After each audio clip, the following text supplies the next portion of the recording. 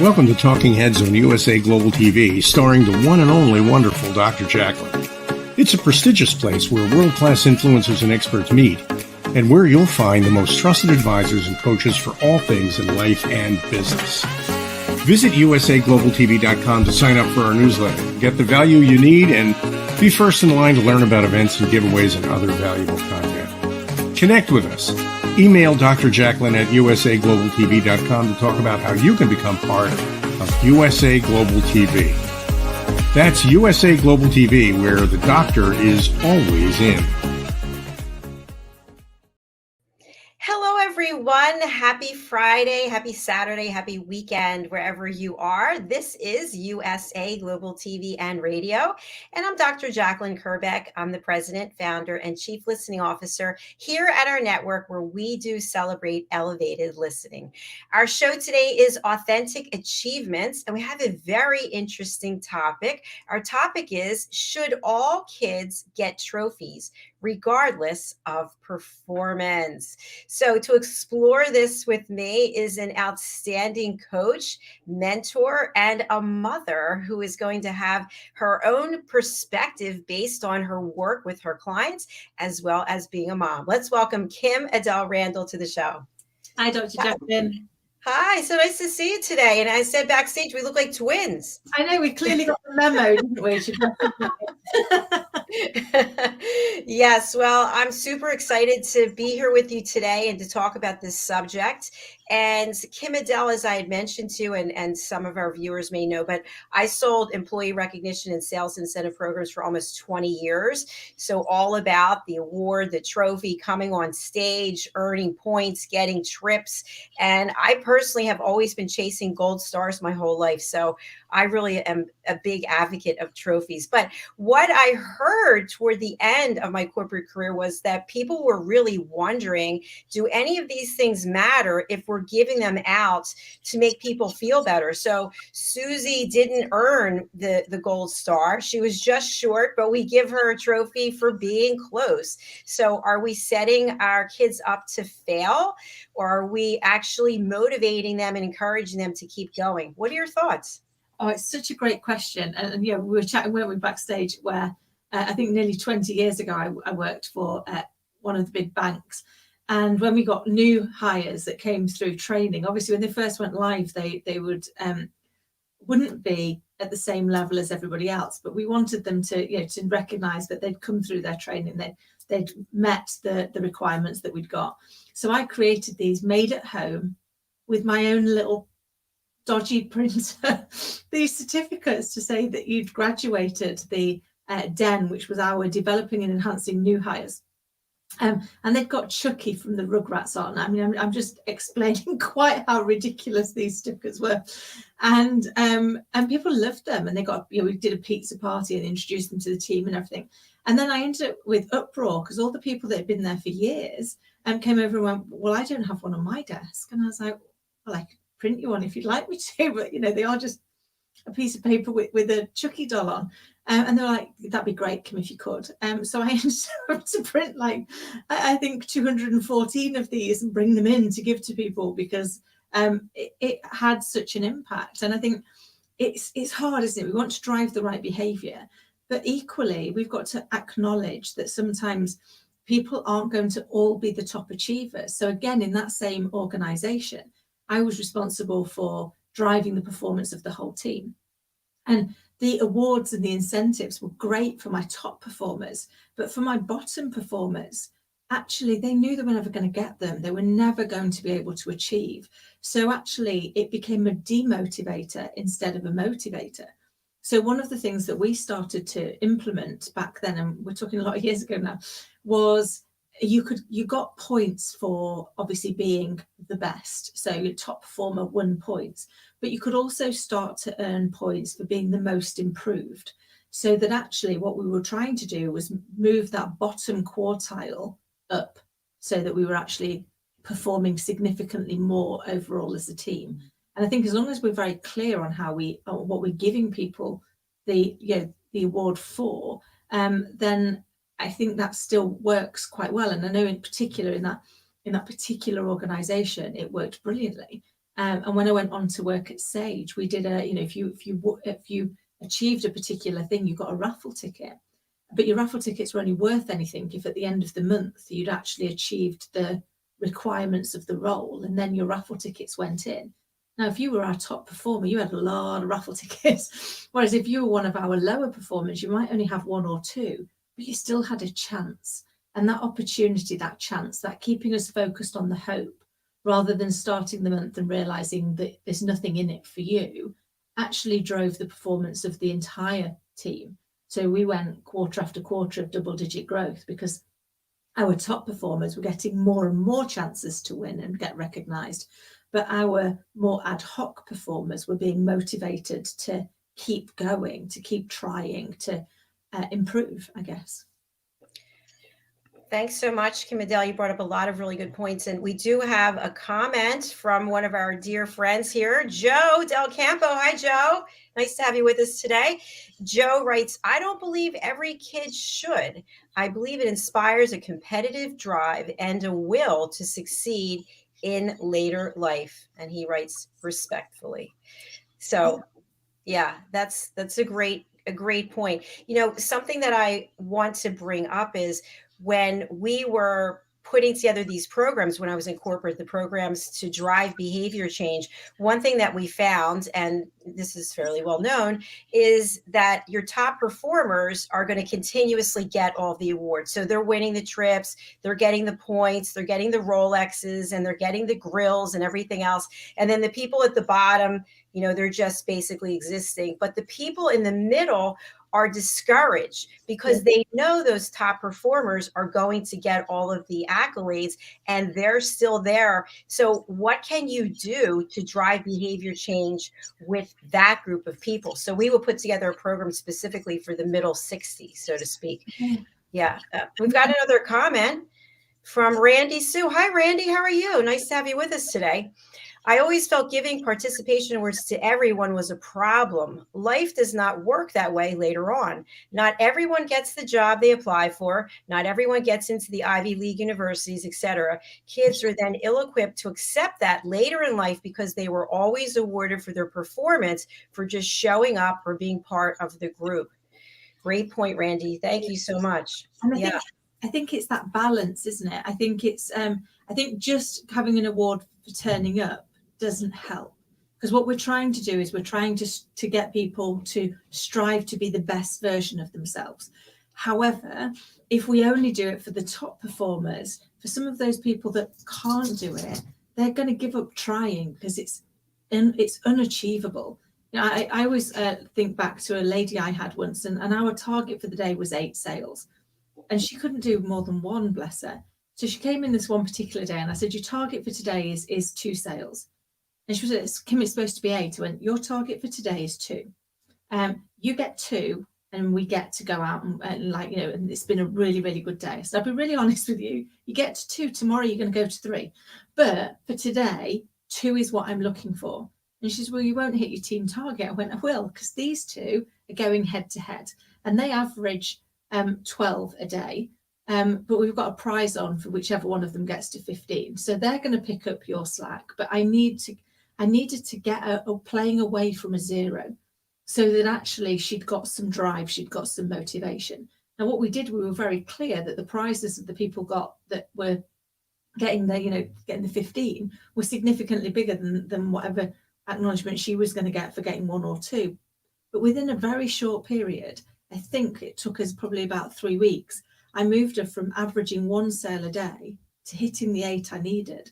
But I'd have never done that if I'd have told her every day she needed 8, because she'd have gone home every day as a failure. So I think we've got to be cognizant of that, and then say, yes, we shouldn't just give everybody an award because they turned up, but where they've turned up and they've really tried, they've really striven to be the best version of themselves. If we don't give them any acknowledgement of that, how do we keep them motivated to keep trying? And I often use the analogy of if you were to climb Mount Everest, there is camps along the way for a number of reasons, but one of them is also to allow you to see how far you've come, to give you the motivation to keep going. So I think I think it's one of those, it's really hard to get right. I think participation, just because you've participated, you're right, doesn't help, because life doesn't work like that later on. But getting something to acknowledge that you've really made inroads into becoming the best version of yourself. You've not just shown up, but you've achieved something significantly greater than you'd achieved before, that you've continued to improve. I think if we don't acknowledge that, then actually what we're going to do is have people think that there's just no point. Thanks for sharing that story and for that wonderful outcome that came for that person and for your team hitting the numbers. So I want to look at a different perspective, because I think what we're really talking about today is when someone is young and impressionable and they're learning the basis of behavior, do this, get that. That's how I was brought up. Do your chores, get this. And I still have that mindset. And I'm very disappointed when I do this and I don't get that. And I have to say to myself, okay, but that's not reality. So what if you are one of the top performers? You are one of the top achievers. Your daughter just won a number of awards. So what if she gets disenchanted because her other classmates are now getting similar awards or other awards? Does that take what she's earned and make it of less value? Or are we basically saying, hey, Scarlett, you were really good in this, and Susie's trying really hard at that, and Bobby's doing really well at this. Let's give everybody a piece of the pie. Is the pie still that valuable? It's really hard, isn't it? Because I think it's particularly for children, they take it so personally, and even down to walking back from school. I mean, seriously, we can get a competition about just about everything. It's like, when I got there faster, I got there slower, I wasn't even running, and you're like, oh my goodness, we were just walking home from school. How have we managed to get into this level of debate about it? Because there's that desire to be the best, and I guess some of it is in looking at it and saying, well, what is your main aim? What is it that we're really striving for you to achieve? And for me personally, and this is just a personal opinion, I'm not saying that this is the same for everybody, my goal in life is to be the best version of me, and that means that my competition is myself yesterday. It's like, what was I doing yesterday, and how do I get to be the best version of me? Because there are certain things that I'm never going to be very good at, and I could try at them, and I'll probably at best be mediocre, but I don't enjoy them anyway, and they don't light me up. So why do we have this drive to push everybody to be an all-rounder, instead of being able to say, well, what makes your soul sing? If I look at my little girl, and yes, she's just won a whole array of things, but all of them are things that bring her joy. So it was gymnastics, it was swimming, and it was actually kindness and independence. So she got star of the school because she's so kind and she's so determined to try and to be the best version of herself that she can be. And they're the things that she loves, and I think that they're going to set her up in a really good place for when she's older. But I think when we're thinking about you're right, if everybody gets the same award, whatever it is that they've achieved, then the award's going to lose its meaning. I think for me, it's about identifying those opportunities to say, what are the stages? What are the stages along the way? What are the steps that we can give to help achieve? And what was lovely when I went into her star of the school, there was another little boy actually who was also achieving an award. And his award was for never giving up.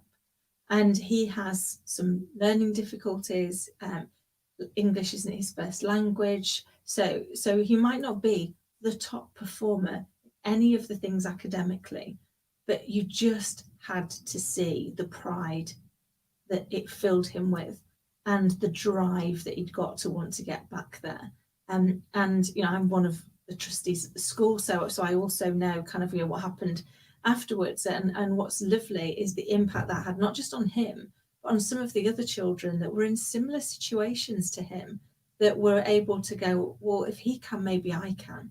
Whereas when they were looking at perhaps some of the other children, they were like, I'm never going to. And I think that some point we've got to make a change so that we can help people to break out of the cycles that they get themselves into, where they repeat the history. We see lots of people from underprivileged areas repeat the history of their families. We see a few of them break out and do things differently. But it's like, what can we do to help still drive that competitive edge, but also allow people to change their outcome if it's not one that's actually going to serve them? Great points. Really, I love how you just drilled down on all of that. Thank you. And we've heard a number of times on this show and on other shows on this platform that someone as a young child was pretty much stymied by their teacher, an educator, somebody, gym teacher. You're not good enough at that. You can't do that. You'll never be. And they kept that and embraced that because that's what somebody in a position of authority told them, and really messed them up with their confidence and the approach that they took. And my dad, may he rest in peace, he always would say, you can never be too rich or too thin. And of course, my life, I've always had issues about money, about being worth enough and what is enough, and about my weight. To this day, 59, I still can't stand my weight and I'm obsessed with it. So he put that into my head, not knowing what it was going to do. So I think when we're so young and impressionable, it does make a big difference. What is the message that we're sending? Because when we are innocent and young and we're looking to our adults, we recognize them as people who have the power and the authority, and we're telling them something to keep them back, then that can affect them for the rest of their lives. Oh. We've got another couple of comments. Thank you, Randy Sue. I agree. Individual positive feedback and constructive feedback is necessary more than awards. Individual accolades spread around is a good idea, but that takes work and skill by the person giving it out. Very good point. Mentor, teacher, boss, personal best is key. And she also writes, I love your program. Great conversation. Thank you. And thank you for being part of it. So she makes a great point there. The person giving the feedback has to know how to do that, because if you're giving someone an award, and it could be a spot award, you see somebody doing certain thing, you see a child in a game and just ran to a base, whatever it might be. If you give that feedback in such a way, it can be construed as negative. So, hey, Charlie, it's great that you made it to second base, but it's a shame you didn't get to third. Bob made it all around. That kind of information is like, oh, great, but no, that's good, but not good enough. We see it all the time. And as you said, and all great points that were raised, because I think it's in the power of how we do it. And, as a British person, we're dreadful at feedback. So if you do something that I don't like, you'll know all about it. So I'll tell you what you did, I'll tell you when you did it, I'll tell you what it made me feel like. I mean, you'll get War and Peace. So you know exactly what it is that you don't need to do in the future. And I see this all the time in organizations. But if you do something well, we'll go, hey, Dr. Jacqueline, good job. Well, what was good? Specifically, what did you do that was good, and what impact did it have? And how do you know to repeat that? So I agree. The benefit of how of learning how to do this well and making sure that we are really passing on what we want the person to take away to do more of is so crucial. And I also think, as you said, Dr. Jacqueline, we have to be so very careful that the things that we say, people carry into their future. And I spent many years fixing myself from all of the things I carried from my past about, not being good enough or not being worthy, that I carried into my future and made them my reality. And I now spend a lot of time with people doing exactly the same thing. So I think, helping understand that actually it's about giving them the positive encouragement. It's not making stuff up. It's not saying they've done something great if they haven't, but it could just be, what's better this time than last time? Where is it you want them to focus on? What is it you want them to repeat? So that they know what it is that they need to do more of, or what it is that they need to do less of. And because again, we abdicate our responsibility to share exactly what it is that we're giving them feedback on. And I think once we get that, that's so important. And this week, and I guess it's probably why it's so pertinent to me at the moment. I'm very proud to say that I have just passed my level 2 in understanding children and young adolescents' mental health. And there's a huge element that sits within there around making sure that we're providing them with constructive feedback, whether that's positive, keep doing more of it, or constructive, do you understand what went on here, and creating those safe spaces. Because actually, if we can help them when they're children, when they're young adolescents, it is proven that we can reduce the impact on adult mental health challenges later on. So I think it's got a huge part to play in how we show up for our communities and how we create the right environment for the communities today and the communities of the future. Congratulations, Kim-ADELE. That's huge. Thank you. I love it. Fantastic. Something that you talk about on a regular basis here, especially when you're speaking about your daughter, is you'll say, not yet. She'll say, Mommy, I'm not good at this. Not yet. And what I think is also important is the use of that not yet. It gives hope and inspiration. I also like to think back to my past when someone has said to me, I see something in you. I don't know that you see it. In fact, even when I started this platform, I had two people, one from Israel and one from the UK, who were really very well known in their industries, reach out to me and say, you have something. And I didn't even see what it was. But the point is that if somebody can see something in another person and share it with them, especially a child, that gives great hope and inspiration that, hey, I am able to do something. I will be really good at this. Thank you for seeing that. Thank you for supporting me and being a cheerleader, as opposed to you're never going to be good at that. So I don't know if it's a matter of everyone has to have a trophy in terms of something physical, but I like the idea of a trophy in terms of something that we share from our heart to encourage someone. Oh, I love that. And I think you're right. I think it's less about everybody having the physical trophy and more about everyone having the emotional trophy, because it's the emotional trophy that we carry forward into our future. And it's what we build our belief on. And belief, I always talk about beliefs being like a tabletop. So, somebody tells you something that you're good at this, or that you think that you're good at this, or you're not good at this, or whatever. Every time you get an example, you get another leg on that table until that is the most stable table you're ever going to have. And that belief becomes part of your blueprint. It's how you see yourself. It's how you define yourself. And how many of us as adults have beliefs that don't serve us, that aren't things that we actually want to believe are true about ourselves. And we live in a world of polarity. For every up, there's a down. For every left, there's a right. For everything we believe about ourselves, the opposite is also true. We just have to be able to make the change and do the work to be able to make that change. And I think if we can create that emotional trophy for our children, then hopefully we will change the current dynamic, which is where we have lots of people at my age going back and trying to work out how to fix what they've told themselves for so many years, that actually in hindsight might not be the truth. It's just a truth, and not a truth that well serves us. So I think we've got to make sure that we're clear that we're not muddling the two up.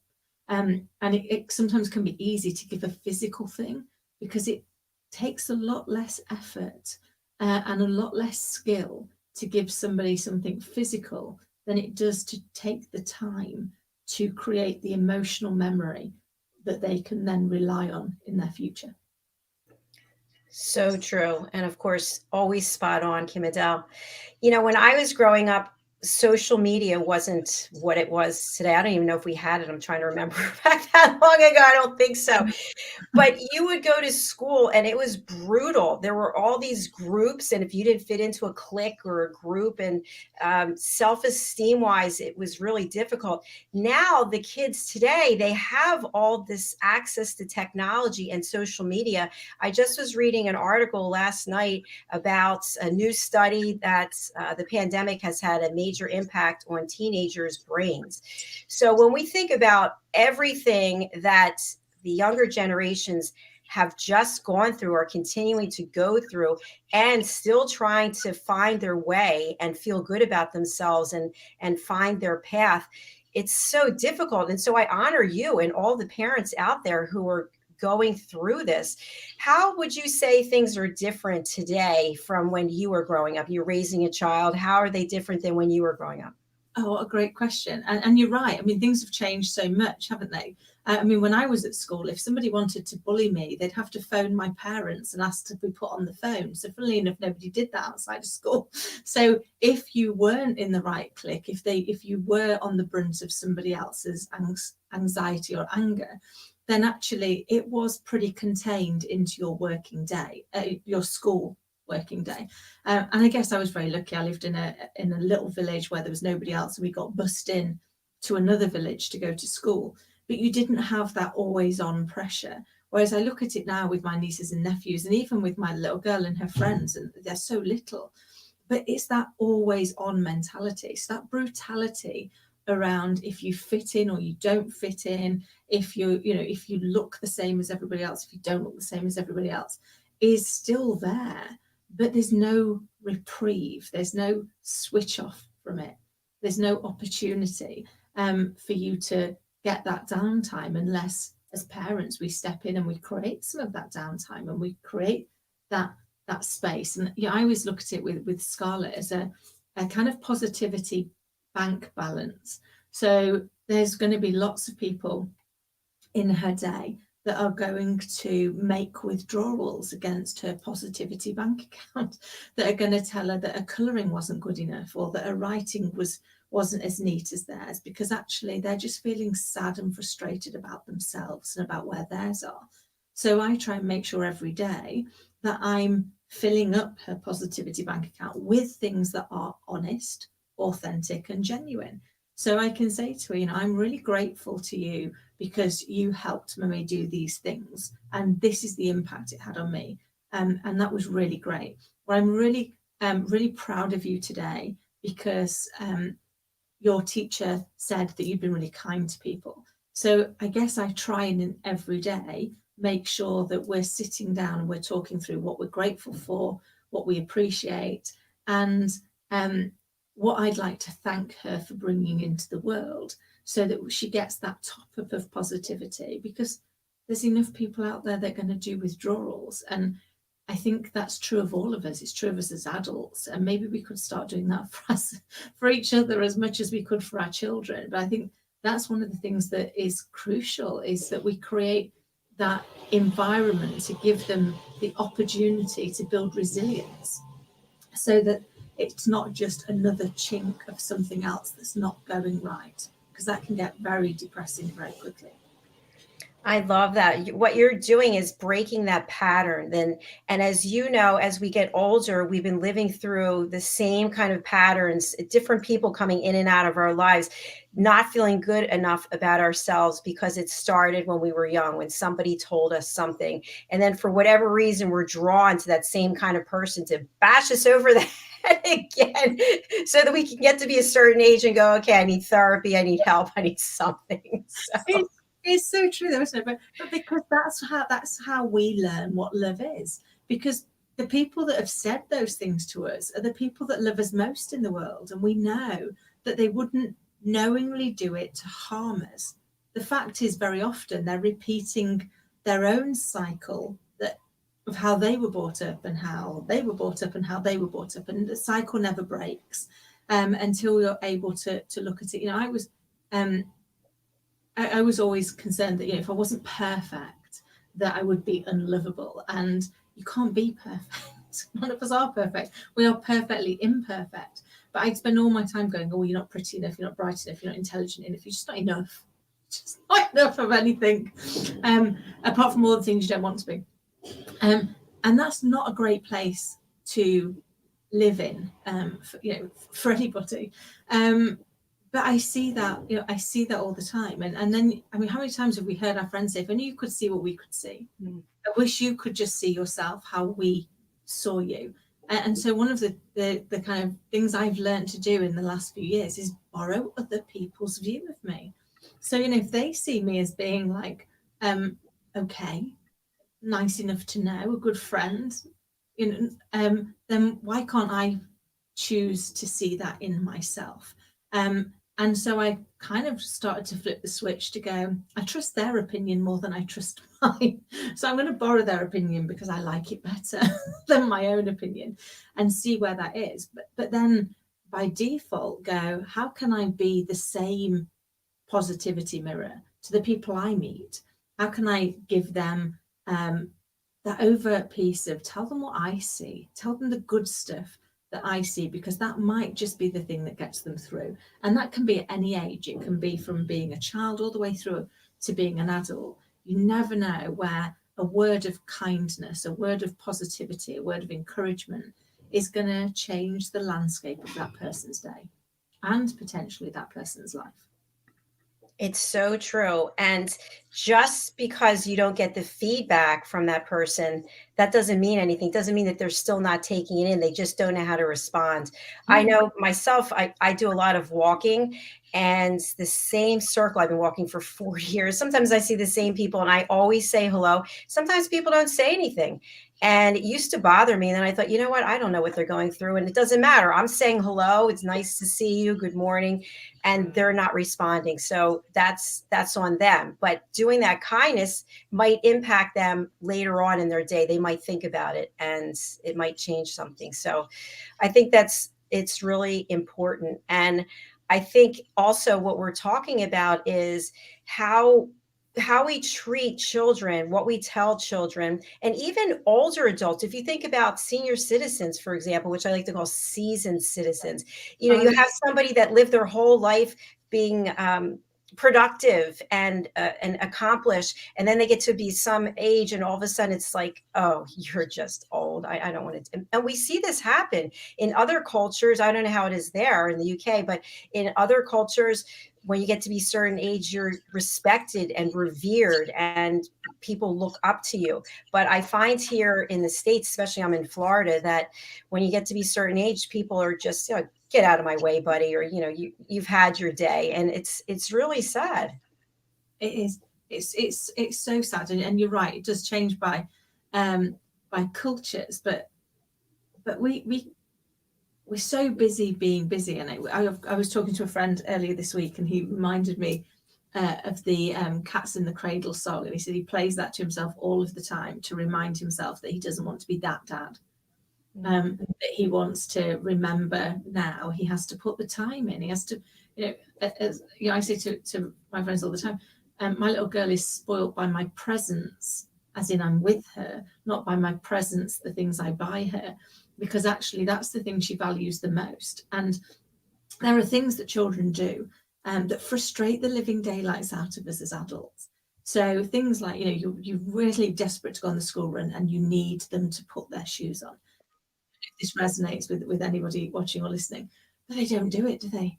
They'll come up with anything to not put those shoes on. And it can drive you to distraction. You're thinking about the commute, you've got to do the drive, you've got to get on the school run, you've got all these things that you've got to do. Until I learned what it is, that the reason why they do that, they do it as a sign of love. Now, it might be the biggest frustrating thing that they can do for you as a parent, but as a child, they understand that when those shoes go on, they're going to leave the house. They're going to distance themselves from you, and you're their world.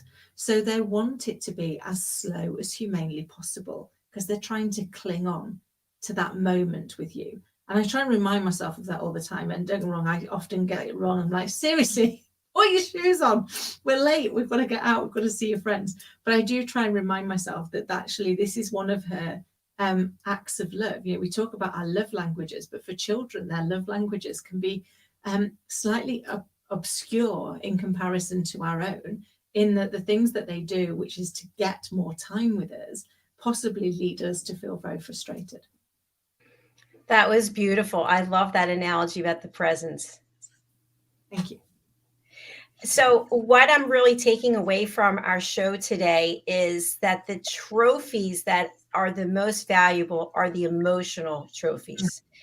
That's what it is. Knowing that, and we talk about this too, elevated listening, knowing that someone is giving us a safe space to share and they're not judging us. And that's what I think has been going on for so long that really needs to be stopped and evaluated is the judgment. You're not good enough. You never will be. How do you know?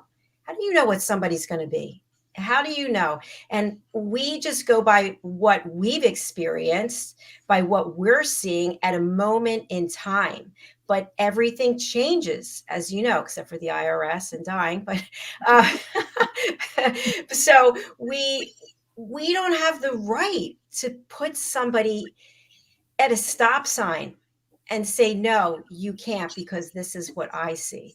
So I would really encourage all of us to just look at our own lives and how are we taking what we're frustrated with, maybe what we locked away years ago, and putting that on somebody else because we haven't dealt with our own stuff.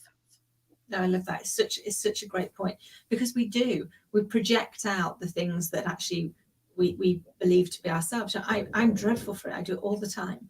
I decide everybody else has got certain opinions about me, which, if I'm really honest, are the ones I've got about myself that I don't like.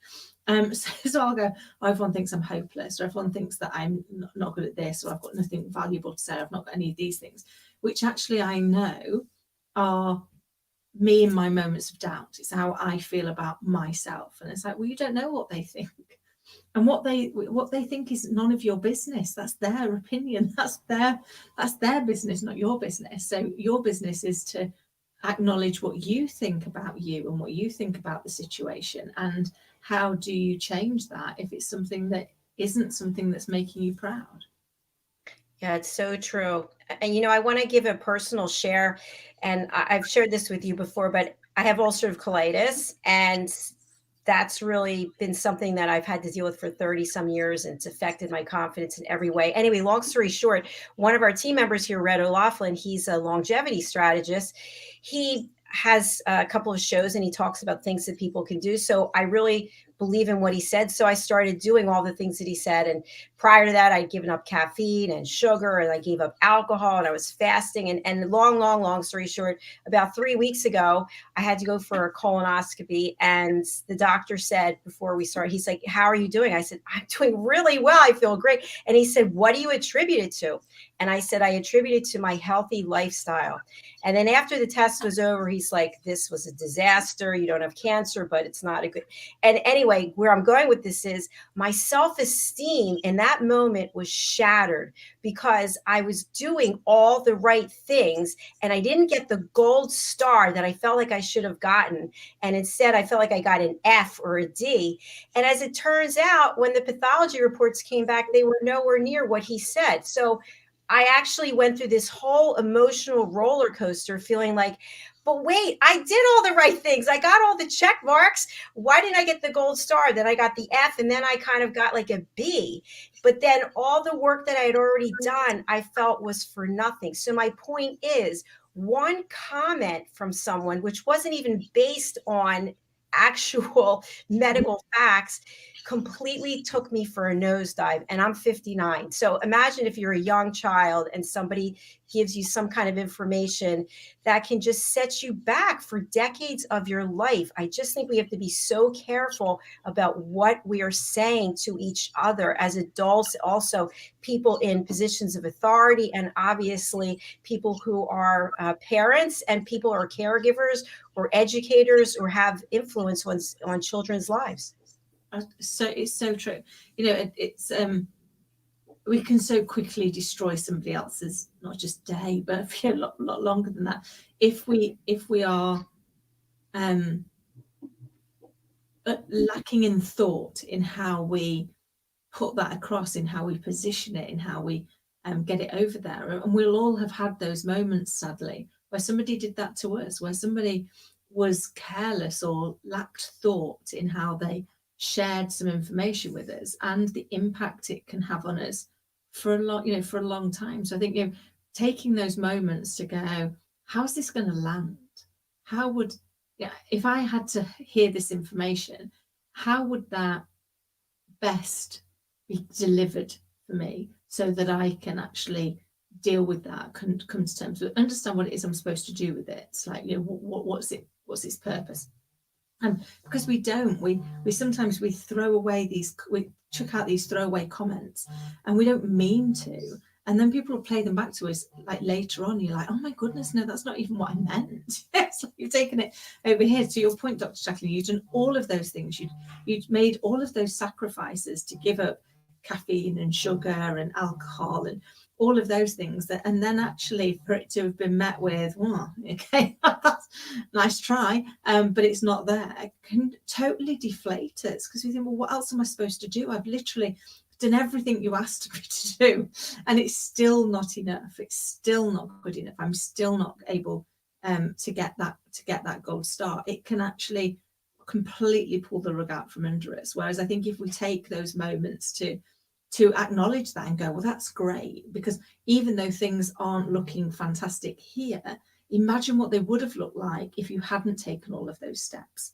So, you've put yourself in the best place that you possibly can. It's a slight change in what was said, but the impact it's going to have on people is going to be significant.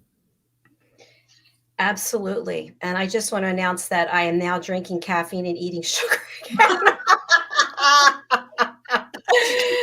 I got to start all over.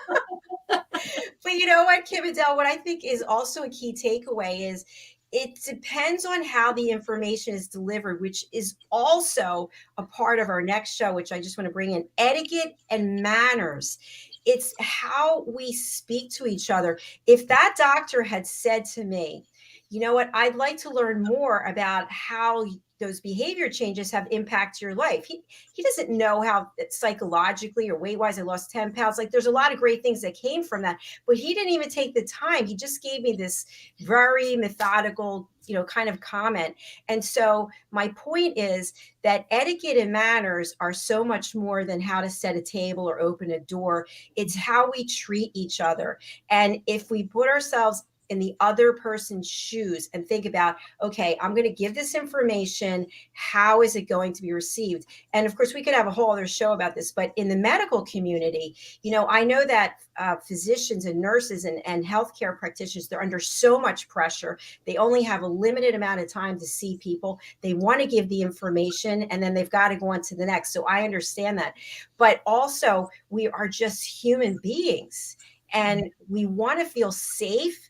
We want to feel worthy. And so how we show up for each other makes a big difference. So I would just encourage everyone to think about what are etiquette and manners, what is emotional intelligence, what is respect. I love the fact that Scarlett won an award for kindness. I mean, that's beautiful. I know, it's amazing. She is the kindest little girl, and kindness is one of the things that we value most in our house.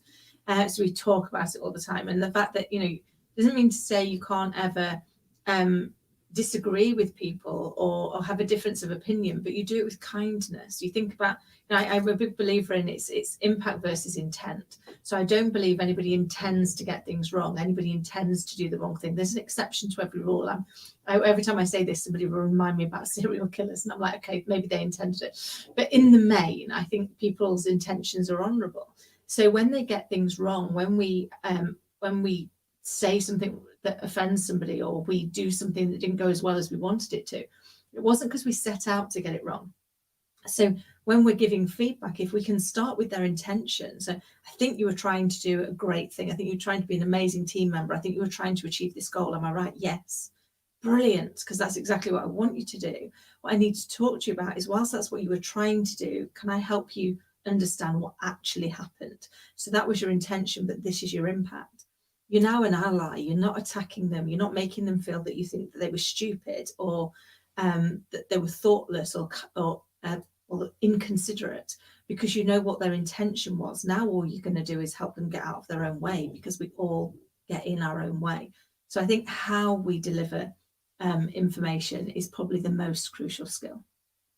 Yes, it is. Absolutely. And you have delivered a wonderful amount of information that is on point and just, whoa, hello. Pudding decided to join us. Let's see Pudding. Hi, Pudding. You're going to come and say hi. Come and say hi. Oh, Pudding, how are you today? What a Oh, cutie. thank you. Pudding's enjoying the conversation as well. So, Kim Adele, as we close out the show, what is some advice that you can give as a coach and also as a parent? Oh, I think with all of it is just think about actually how can I share whatever it is I need to share with kindness. So how is it going to best land? And if this were me, how would I like to hear it? Or if this were somebody I loved, how would I like to deliver it? I think taking that moment to think about how it's going to land allows you to one, not have to go back and say you're sorry. You know, I'm a big believer in, if I'm not able to come up with a response that's going to make me proud, I probably shouldn't come up with the response. And therefore I will take a moment and say, can I come back to you on that? Because right now I need to think differently. I need to think about how it's going to land. I need to ask people how do you like to get your feedback? You know, how am I better going to serve you? And do the same for yourself. So spot in those moments where you're projecting onto somebody else something that you believe to be true of you. And then ask yourself the questions, why do I believe that? What can I do to change it? I think if we're much more present in the moment, you know, and as Randy shared earlier, it's about the skill of the person giving the feedback. So I think it's take a moment, just take a pause and think about, how might this land? How might this land if it goes the way I intended brilliantly? How might it land if they take it the wrong way? And is there anything I could change in the language that I'm going to use to enable that to land in the way that I want it to? And create those emotional memories for yourself, the people around you, and for your children. Because I promise you, they become the safety net that we go to when the world gets too rocky for us. Beautiful. Thank you, Kim Adele. Can you please share with our audience? Your website is AuthenticAchievements.com. What can people find there? Yeah, so you can find hopefully useful articles that are sharing hints and tips and actionable advice around how to grow your business, how to be a more effective communicator, how to really get out there and achieve whatever it is you have it in you to achieve. There's also podcasts and TV shows, and you can just get in touch directly. You know, if you've got a question, if you think I can help you, or if you've got a story that you want to share and you want to get your journey, your advice, your information out there, then please do get in touch. I believe life is all about listening to other people's stories and being inspired by them. So I'd love to hear yours. Thank you so much. Please do reach out to Kim Adele. She'd love to interview you on her platform, and we'd love to have you on our show as well. You can go to usaglobaltv.com, book your session. Thank you again for another brilliant show, my friend, and you have a beautiful weekend. Bye, Pudding. Thank you. Yeah, and apologies for Pudding joining us. Until next week, take care. Take care. Bye-bye. Bye. And thank you to Joe and to Randy Sue for engaging with us. We absolutely do love hearing from you. Our next show is coming up. As I mentioned, it's The Power of Etiquette and Manners. I will be joined by our co-host, Philip Sykes, who is the founder of the British School of Excellence. And we will have, I believe, 8 of his etiquette coaches who are in training who will be joining us. Following that is fashion, travel, and fitness. And we will have Maria Rusova with us. She is joining us from the UK. Her company is Moda de la Maria, and she specializes in tweed. So we're going to be able to go into her store and look at some of the beautiful items that she has there. Following that, we'll be talking heads, which I am giving a presentation on how to create and deliver a successful event.